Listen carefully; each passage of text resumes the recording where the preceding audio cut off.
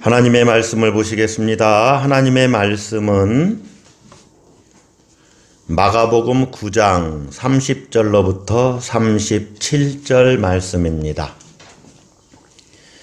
하나님의 말씀은 마가복음 9장 30절로부터 37절 말씀입니다. 교독합니다.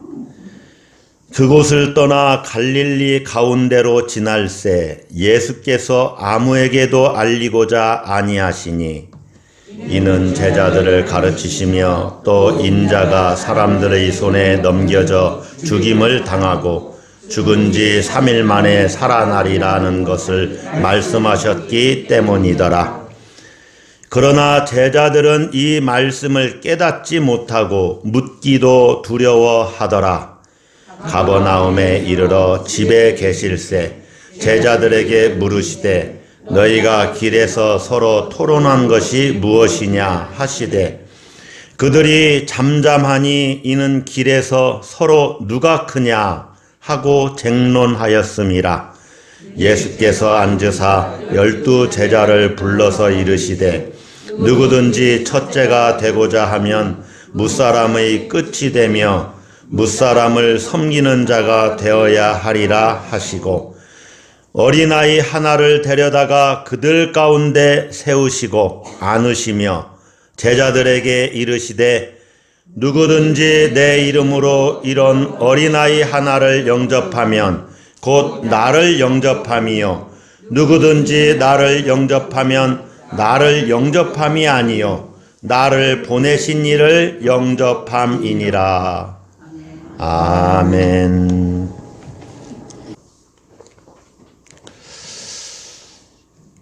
어느 칼럼에 이런 글이 있어서 재밌기도 하고 또 오늘 본문의 말씀과 같이 한번 생각해 볼 말씀이 있어서 여러분에게 소개를 드립니다. 조금은 우습기도 하지만 우리 사회의 한 단면을 보는 것 같기도 합니다.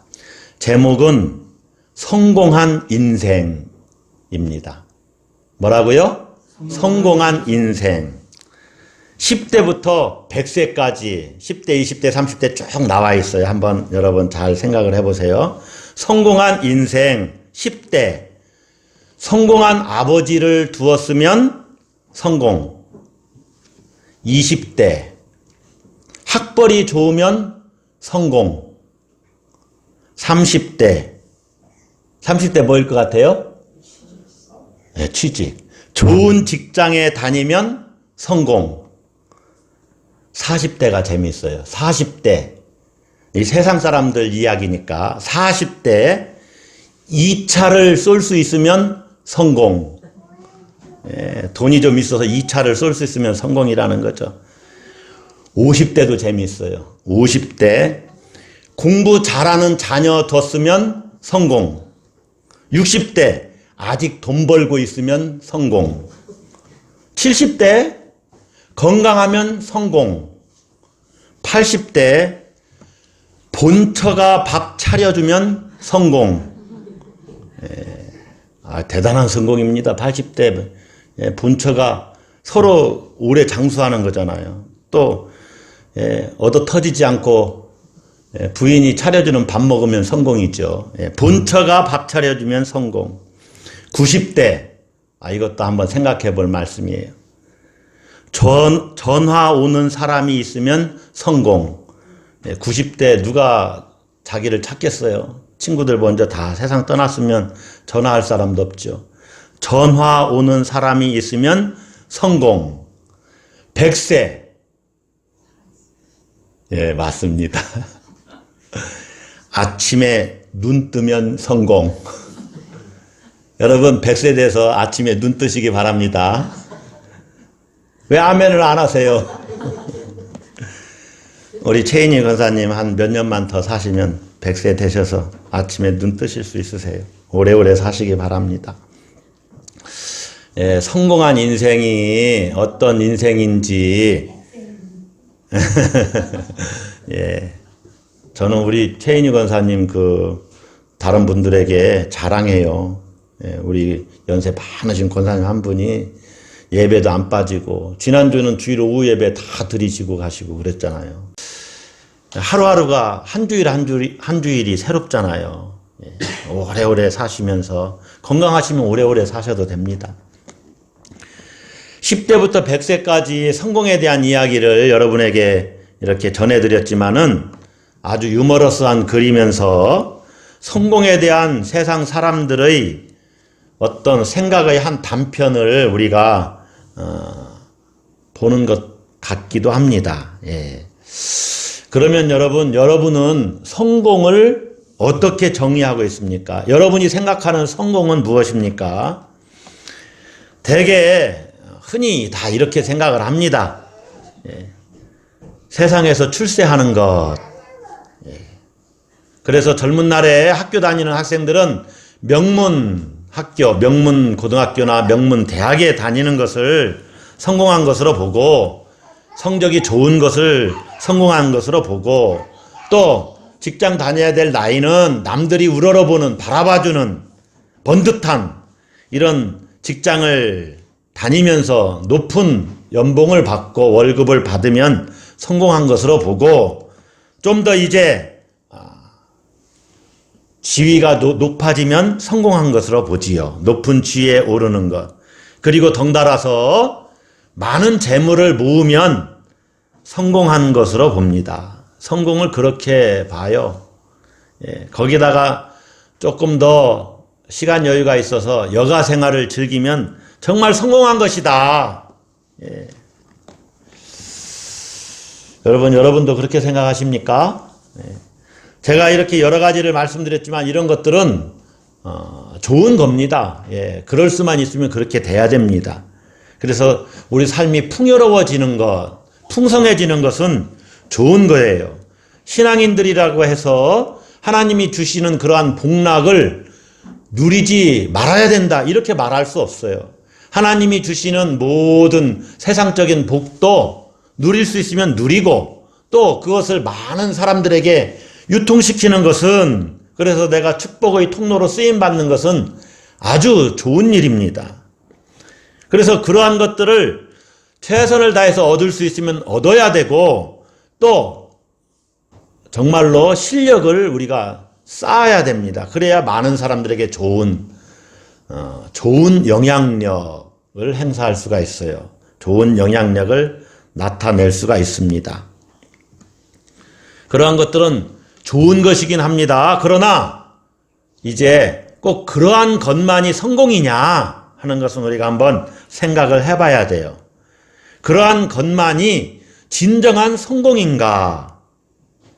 주님은 성공을 어떻게 생각을 하실까요? 예수님은 성공을 어떻게 정의하실까요? 많이 배우고 실력을 쌓고 또 높은 지위에 오르는 것, 재물을 많이 모으는 것, 모두 다 나쁜 건 아니요. 어찌 보면 좋은 것인데 주님은 그 자체를 성공한 인생으로 보겠느냐 하는 거죠. 오늘 본문을 통해서 우리가 한번 생각해 볼 때에는 주님이 그러한 것을 성공으로 보시지는 않는다는 것입니다. 그러한 것을 가졌다 할지라도 결코 인생이 성공한 것이다, 이렇게 말할 수 없다고 주님은 말씀해요. 그리고 결론적으로는 사랑이 없으면 아무것도 아니다, 이렇게 말씀하시는 것을 우리가 본문을 통해서 생각해 볼 수가 있어요. 사랑이 없으면 결코 큰 자가 아니라는 거지요. 사랑이 없으면 결코 성공한 것이 아니라는 것입니다. 제가 이미 결론을 한번 내린 거예요, 여러분.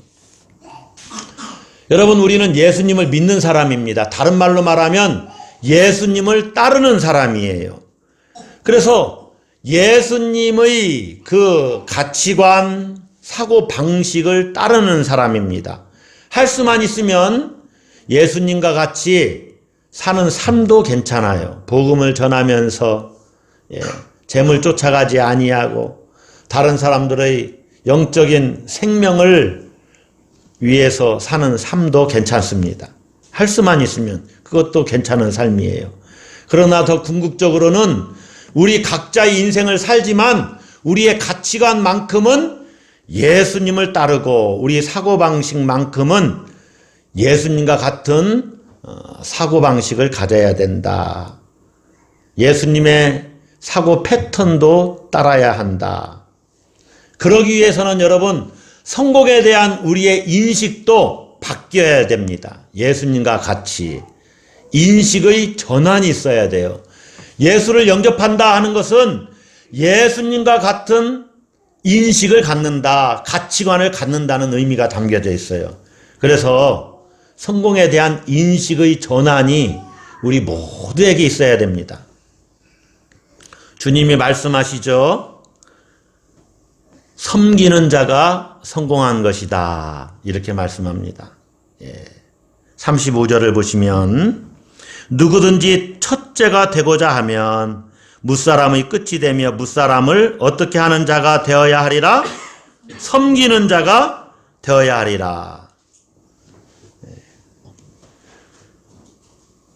여러분, 첫째가 되고자 하면 섬기는 자가 되어야 하리라. 제가 오늘 말씀은 추석 명절과는 아무 상관이 없어요. 어찌 보면.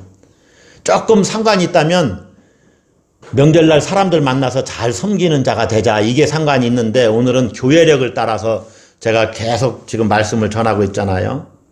첫째가 되고자 하면 섬기는 자가 되어야 한다. 여러분 한번 생각을 해보세요.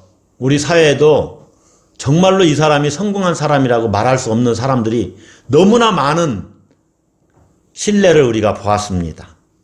많이 배웠어요. 가정적으로 풍부하니까 유학도 보내고 많이 배웠어요.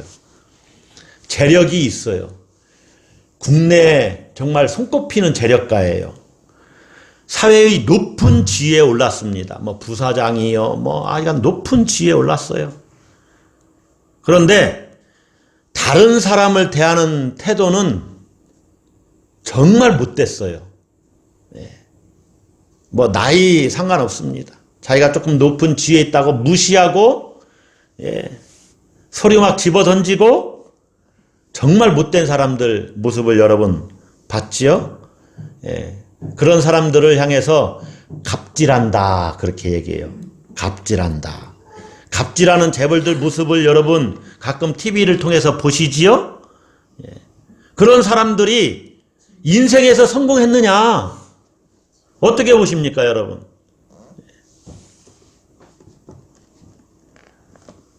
어떤 사람은 인생에서 성공했다고 볼 수도 있습니다. 그러면 주님이 보실 때 정말로 그가 성공한 사람이라고 보시겠습니까? 많이 배웠고 많이 가졌어요. 높은 지위에 올랐어요. 그런데 사랑이 없어요. 그래서 주님은 결코 그를 성공한 자로 보시지 않는다는 겁니다. 오늘 본문을 보면 제자들이 누가 큰 자냐 하고 쟁론을 합니다. 누가 크냐. 제가 서론적으로 쭉 성공에 대해서 이야기를 하죠. 이런 겁니다. 우리 중에 누가 제일 성공할 수 있느냐? 누가 제일 크게 성공했느냐? 우리 중에 과연 누구냐? 누가 성공할 사람이냐? 논쟁하는 거예요. 이들의 논쟁은 예루살렘으로 향해 가시는 예수님의 여정에서 있었던 일입니다. 이 여정에서의 최대 관심사는 3번에 걸친 예수님의 순환 예고예요. 예수님이 십자가를 지고 죽으실 것을, 그리고 다시 살아나실 것을 3번 말씀하셨어요. 이 예루살렘에 올라가는 길목에서. 오늘 본문은 예수님의 2번째 순환 예고에 해당합니다. 이 순환 예고들은 공통적인 어떤 형식이 있어요. 그것은 예수님이 내가 순환받을 것이다 하고 말씀하시면 제자들이 그것에 대해서 반응을 합니다. 그것에 대해서 예수님은 아니다 하고 제자들을 가르쳐 주셔요. 다시 말하면 제자도에 대해서 가르치십니다. 이러한 3중 형식을 갖고 있어요. 오늘 본문도 이것을 따릅니다. 길에서라는 문구가 2번 등장합니다. 33절과 34절에 너희가 길에서 서로 토론한 것이 무엇이냐? 예루살렘 올라가는 길이다 그 말입니다. 또 그들이 잠잠하니 이는 길에서 서로 누가 크냐 하고 쟁론하였습니다. 길에서 그들이 쟁론했다는 거예요. 예루살렘으로의 마지막 행보 중에 있는 이야기인 것을 우리에게 상기시켜주고 있어요. 누가 크냐 이런 제자들의 논쟁에 대해서 예수님이 그들을 가르치는 내용인데, 이 예수님의 말씀은 예수님의 순한 예고를 들은 후의 제자들이 토론한 내용이에요. 이것을 여러분이 보셔야 돼요. 예수님은 지금 31절에 인자가 사람들의 손에 넘겨져 죽임을 당하고 죽은 지 3일 만에 살아나리라 이런 말씀을 하셨는데, 제자들은 32절을 보면 이 말씀을 깨닫지도 못하고 묻지도 않으면서 누가 크냐 우리 중에, 이런 논쟁을 벌인 것입니다. 여러분, 첫 번째 순한 예고와 두 번째 순한 예고 사이에는 예수님의 변모 사건, 예수님이 변화되신 사건이 있습니다. 전설적인 예언자인 모세, 엘리야를 압도하는 예수님의 영광을, 예수님의 변모 사건을 통해서 직접 목격한 제자들이 있었어요. 그리고 예수께서 두 번째로 자신의 죽음 이야기를 하셨을 때 이 제자들 사이에는 예수님의 그 영광을 누가 물려받을 수 있을 것인가, 지금 그 이야기를 하는 거예요. 다시 말하면 누가 크냐, 이것은 예수님의 그 자리를 누가 차지할 수 있을까 하고 후계자 논쟁을 벌이는 것입니다.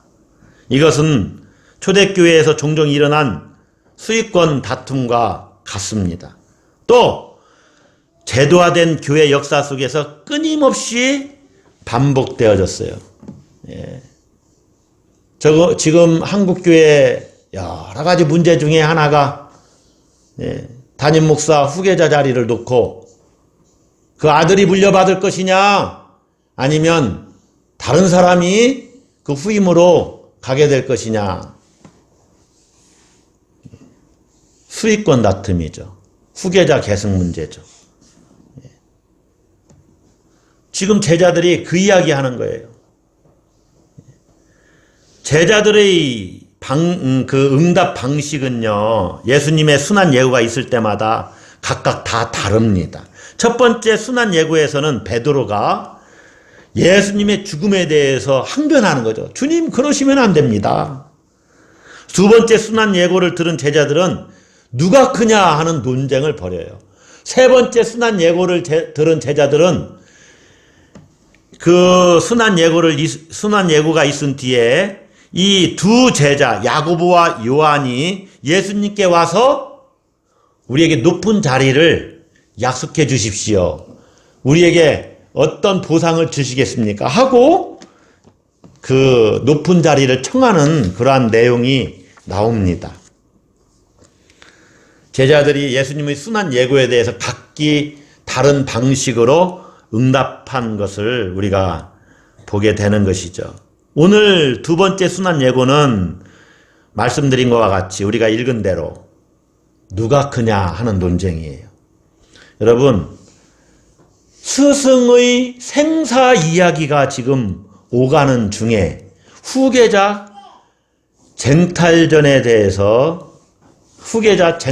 돌입한 이 제자들의 모습을 한번 생각해 보세요. 스승은 지금 죽고 사는 문제를 이야기하고 있는데 우리 중에 누가 크냐, 제자들의 모습들이 괘씸하지 않습니까? 그런데요, 한편으로는 남아있는 이들에게는 늘 그런 것이 우선적인 관심사이고 부끄럽지만 그것이 현실입니다. 인간은 현실에서 그러한 것들을 초탈하고 살 수는 없어요. 흔히 여러분 그래서 이런 얘기도 해요. 물론 그런 모습도 봅니다. 장례식장에서 돌아가신 이를 향해서 애도하고 슬퍼하는데 음식 먹으라고 막 부추기면서 그래도 살아있는 사람은 살아야 할 것 아니냐. 이것은 맞는 말이에요. 예, 뭐 기력이 다운돼서 쓰러지면 안 되니까. 그러나 정말로 못 볼 모습은 이 아버지의 어머니의 재산을 누가 가질 것이냐고 거기서 막 싸우는 사람들이 있어요.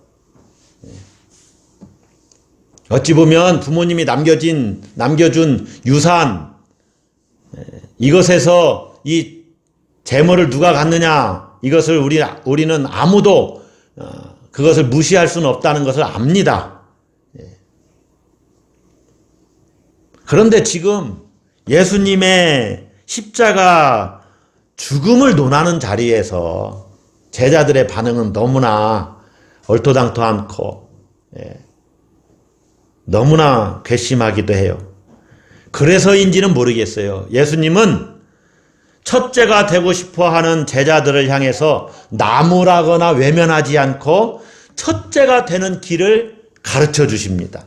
첫째가 되는 길을 알려주셔요. 제자들을 비난하는 대신에 가르쳐 주십니다.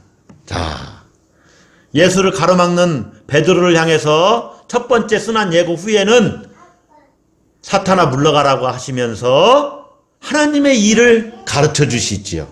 그런데 누가 큰 자인가 다투는 제자들에게는 첫째가 되는 길을 가르쳐 주셔요. 이제 세 번째 그 예수님이 순환 예고한 다음에 높은 자리를 원하는 제자들에게는 으뜸이 되는 것이 무엇인지를 가르쳐 주셔요.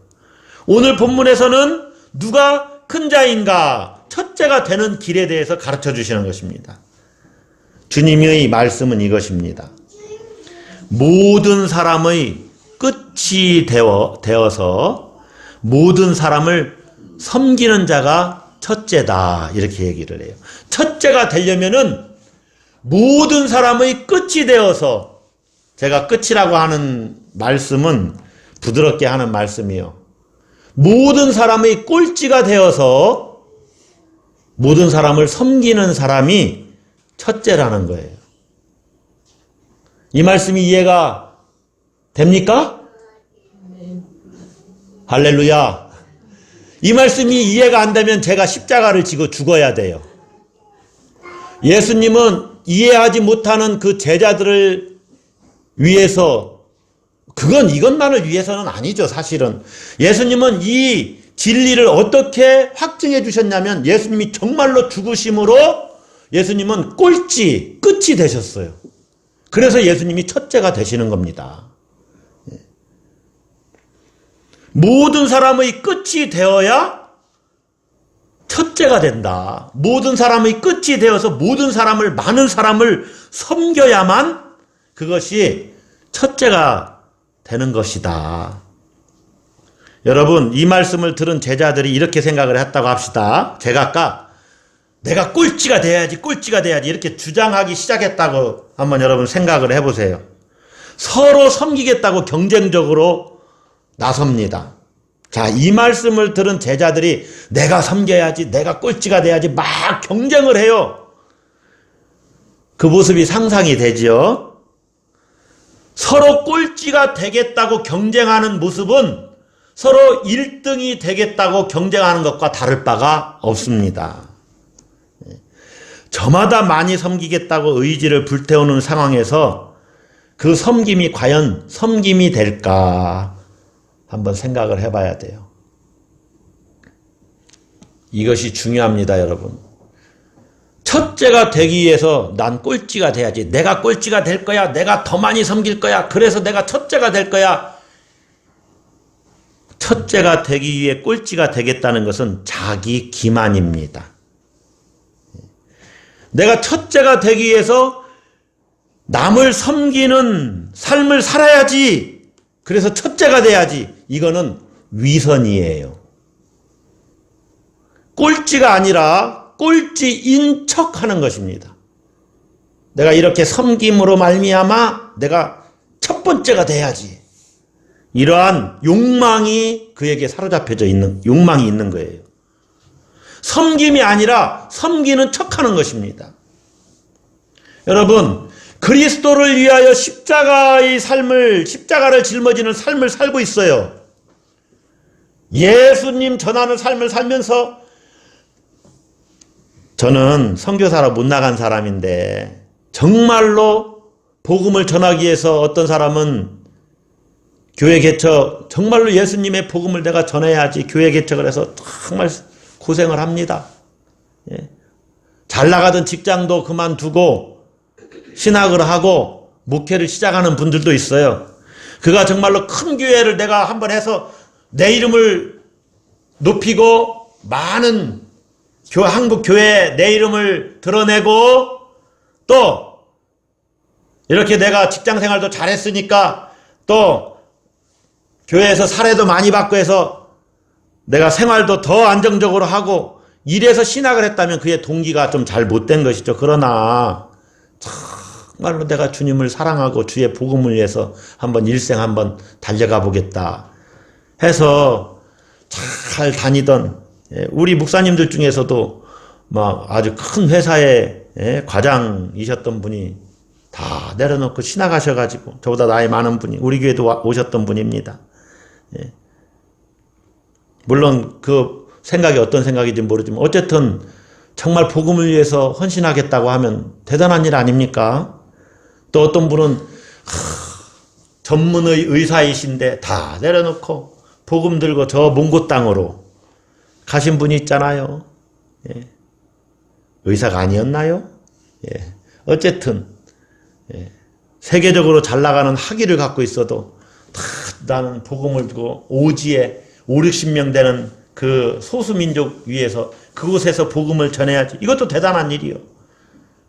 여러분도 대단한 일이 뭐냐면 직장에서 내가 이 직장은 내 생계를 유지하는 생계의 수단 이렇게만 여기지 않고 이 직장은 나의 선교지다라고 생각하면서 그곳에서 예수 믿는 사람으로서의 덕을 세우고 이들의 영적인 영혼의 구원을 위해서 기도하고 그들에게 어떻게 하면 이 사람을 구원할까 늘 기도하면서 고민하고 있다면 여러분도 직장 선교사로서의 대단한 삶을 살고 있는 것입니다.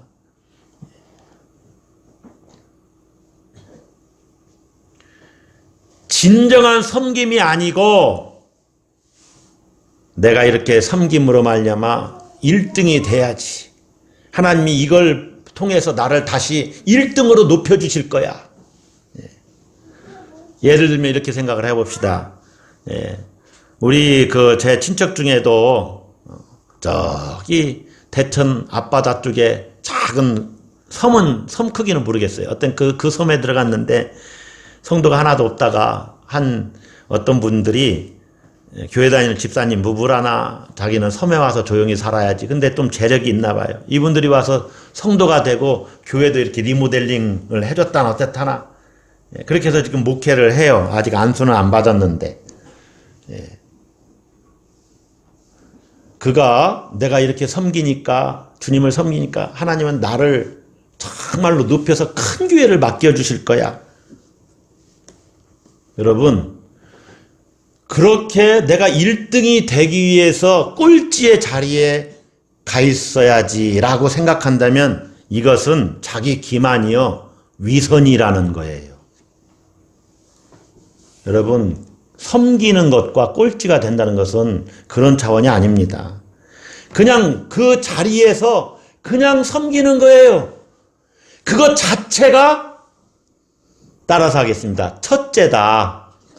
그렇게 섬기는 것 자체가 첫째의 자리에 있는 거예요. 부모가 자식들을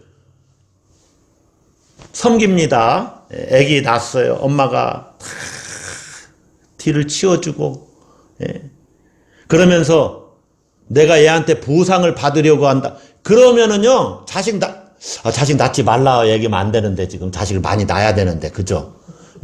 만약에 그렇게 생각한다면 내가 얘 키워서 얘가 직장생활하고 잘 되면 얘로부터 내가 그 노후 대책을 얘는 노후 대책이야 해서 얘를 키운다고 합시다. 그러려면은 자식 낳지 말고 차라리 보험을 들어요. 그게 훨씬 빨라요. 그러기 위해서 자식을 낳는 게 아니잖아요.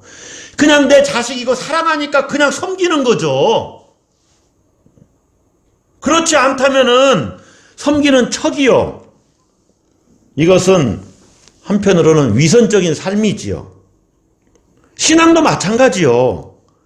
그리스도의 말씀을 따르겠다고 하는 수많은 신앙인들이 이 덫에 걸려 있어요. 내가 섬기면 하나님이 나를 높여주실 거야. 아니요. 섬기는 것 자체가 높이 된 것입니다. 할렐루야. 엄마 아버지가 큰 자지 아기가 이제 태어나가지고 뭘 알아요. 응애하면서 똥이나 싸놓고 울고 자빠졌는데, 자빠진 건 아니네요. 울고 있는데, 예. 울고 누워 있어요. 그러니까 섬기는 자가 큰 자요. 섬기는 것 자체가 큰 자가 되는 거예요. 예수님의 말씀은 꼴찌인 척해라. 그게 아니요. 진짜 꼴찌가 되라는 거예요. 여러분, 이번 명절과 이 말씀이 어떻게 연결될까? 뭐 크게 연결은 안 될지 모르지만 어쨌든 엄청 스트레스 받잖아요. 뭐 음식 해야 된다, 뭐 한다 할 때, 특별히 며느리들은 시집에 가서. 그런데요, 내가 이렇게 섬김으로 내가 거룩한 그리스도인인 것을 보여줘야지. 그런 마음도 가지지 말고 그냥 내가 섬겨야지. 이렇게 생각하시면 돼요. 그냥 무슨 보상을 바라는 것이 아니라, 혹시 시어머니 뭐 다 우리 연세 드신 많은 우리 권사님들 계시지만, 시어머니한테 내가 잘 보이면, 내가 거기서 섬기면 집으로 갈 때 뭐 보따리라도 큰 거, 다른 동서보다 내가 보따리 큰 거 하나는 더 챙길 수 있을 것이다. 그렇게 해서 섬기는 것이 아니라 섬기는 것 자체가 큰 자요. 그래서요, 내가 첫째가 돼야지, 꼴찌가 돼야지, 이런 것 자체를 내려놔야 돼요. 그냥 섬기는 것 자체가 꼴찌의 자리요, 그게 1등이라는 거죠. 그게 첫째라는 거예요. 여러분, 종이 주인을 섬길 때 생각을 해봅시다. 종은 종이기 때문에 주인을 섬기는 겁니다. 주인을 섬길 때 내가 주인이 돼야지, 그런 생각이 없어요. 그냥 종이니까 섬기는 거예요. 그리고 종은 내가 섬겨야지, 그런 결심 자체도 없어요. 그냥 종이니까 섬기는 겁니다. 그런데요, 본문에서 주님이 말씀하시는 섬김은 종의 섬김과는 조금은 달라요. 종은 의무감으로 섬기지만은 예수님이 말씀하시는 진짜 큰 자로서의 섬김은 사랑에서 나오는 섬김입니다. 따라서 한번 하겠습니다. 사랑의 섬김. 네, 사랑으로 섬기는 거예요. 사랑으로 섬기는 거예요. 그래서 예수님의 말씀이 이렇게 이어집니다. 누가 크냐 이 논쟁을 하는데 예수님이, 자 35절 한번 봅시다. 누구든지 첫째가 되고자 하면 무사람의 끝이 되며 무사람을 섬기는 자가 되어야 하리라 하고서 누구 하나를 데려다가 그들 가운데 세우세요? 어린아이를 데려다가 그들 가운데 세우시고 제자들 가운데 세우시는 것입니다. 그리고 안으시면서 제자들에게 말씀해요. 누구든지 내 이름으로 이런 어린아이 하나를 영접하면 곧 나를 영접함이요, 그것은 하나님 아버지를 영접하는 것이다.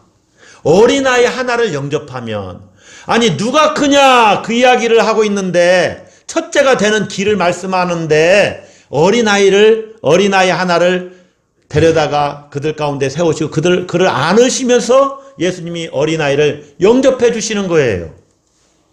섬김을 이야기하고 있는 겁니다. 진정한 첫째가 되는 것은 어린아이를 이렇게 영접하는 그 사람이 첫째가 된다는 거예요. 여러분, 어린아이, 모든 생물의 새끼는 홀로 생존할 수 없을 만큼 약하고 무능합니다. 그래서 동물의 세계에도요, 사자나 뭐 치타 이런 것들의 표범들이 가장 먹이를 노리는 것 중에 하나가 금방 태어난 새끼들, 또 어린 새끼들, 그걸 노리는 거예요.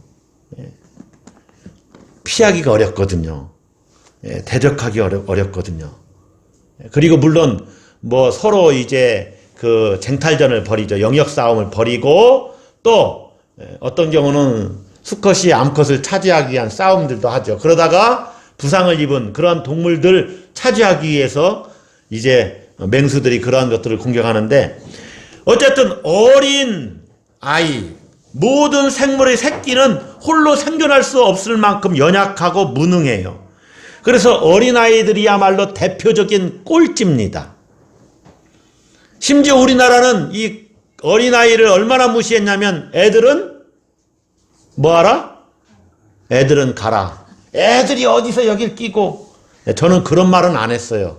정말로 애들은 이렇게, 그런데 어른들 얘기하는 데는 애들이야 이렇게 너가 지금 여기 있을 자리가 아니다. 그럴 때는 또 분별을 또 시켜줘야죠. 또 어른들 회의하는데 애가 들어와서 막 또 그러면 안 되지만, 그러나 무시하는 말로 애들은 가라 이렇게 이야기하는 건 아니죠. 어쨌든 어린아이들은요 대표적인 꼴찌예요. 이 예수님의 이 모습은, 어린아이를 영접해 주시는 모습은 꼴찌를 영접함으로 참된 꼴찌가 된다는 것을 의미해요. 나의 호의를 다시 반대급부적으로 보상해 줄 수 없는 그 어린아이, 나의 호의를 다시 되돌려 줄 수 없는 연약한 자, 그 사람들, 비천한 자, 그 사람들을 섬기는 것이 진짜 꼴찌가 되는 것이고 진짜 섬기는 것이다, 이 이야기를 하는 것입니다. 그래서 예수님이 꼴찌들을 영접하고 섬기라고 하시는 거예요. 이것은 모두 다 사랑의 행동들입니다. 그래서 섬기는 것은요 사랑입니다. 따라서 한번 하겠습니다. 섬김은 사랑이다. 섬김은 사랑이다. 어린 아이들을요 양육은 할 수 있어요. 그러나 사랑이 없으면 섬길 수가 없습니다. 의무가 아니라 사랑으로 하는 것입니다. 그래서 진정한 섬김은 의무가 아니고 사랑입니다. 사랑. 사랑이 있어야 섬길 수가 있어요.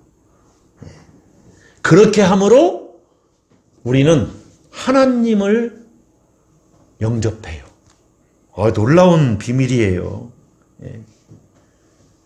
어린아이 하나를 영접하면, 다시 말하면 어린아이 하나를 내가 꼴찌가 돼서 섬기는 것이 하나님을 섬기는 것이다. 하나님을 영접한 것이다. 제자들이 이 진리를 정말 알아들을까요? 쉽지 않은 얘기요. 제가 그 10대부터 100세까지 성공 이야기를 설교 서론에 쭉 이야기를 했지만, 오늘 말씀은 결코 이렇게 가볍게 들을 이야기가 아니에요. 엄청 무거운 말씀입니다. 진짜 섬김이 뭐냐, 진짜 성공한 것이 뭐냐 하는 이야기예요. 제자들이 알아들을 리가 없어요. 하지만 예수님께서 자신의 죽음을 통해서 궁극적으로 가르치셨어요. 외면할 수 없는 가르침을 주신 것입니다. 여러분, 만인이 달려가는 길에서 수많은 경쟁자를 제치고 쟁취한 1등이 아니라 아무도 가지 않으려는 그 길, 결코 보상이 없는 그 섬김의 자리, 그 자리에 가서 섬기는 것이 꼴찌가 되는 것이고, 그것이 바로 첫째가 됩니다. 누구도 동행하려 하지 않는 순환의 길을 홀로 가신 예수님은 그래서 꼴찌이지만 첫째가 되십니다. 할렐루야. 예수님을 생각해 보세요. 예수님이 성인 차원이라고 이렇게 여길 게 아닙니다. 안 믿는 사람들은. 일단 신앙의 그 예수님이 하나님의 아들 메시아, 그건 모르니까. 근데 한번 생각을 해보세요. 아니, 로마의 사형틀 십자가에 달려 죽은 이가 어떻게 성인이 될 수 있어요? 예수님은 꼴찌예요. 저주받은 자요. 그러나 온 인류를 구원하신 첫째이십니다. 할렐루야. 그 예수를 따라 꼴찌로 사는 그리스도인이 바로 첫째입니다. 여러분, 진정한 성공, 진정한 첫째는 사랑으로 섬기는 자요. 섬기는 자가 가장 큰 자입니다. 그래서 꼴찌의 자리에 있지만 진정으로 섬기는 자는 첫째요. 성공한 자입니다. 할렐루야. 기도하겠습니다.